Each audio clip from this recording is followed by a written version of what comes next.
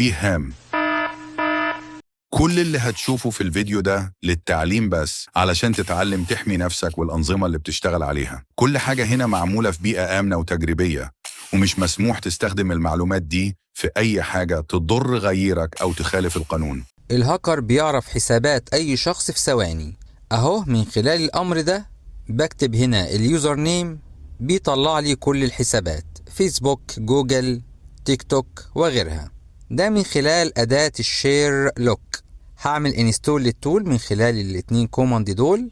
طبعا كل الأوامر اللي أنا هستخدمها هسيبها لك في الديسكريبشن تحت. عشان استخدم التول بكتب الكوماند ده شير لوك واليوزر نيم، هيطلع لي على طول كل الحسابات. ممكن افتح اي حساب منهم، بعمل له كوبي وبحطه بيست على البراوزر.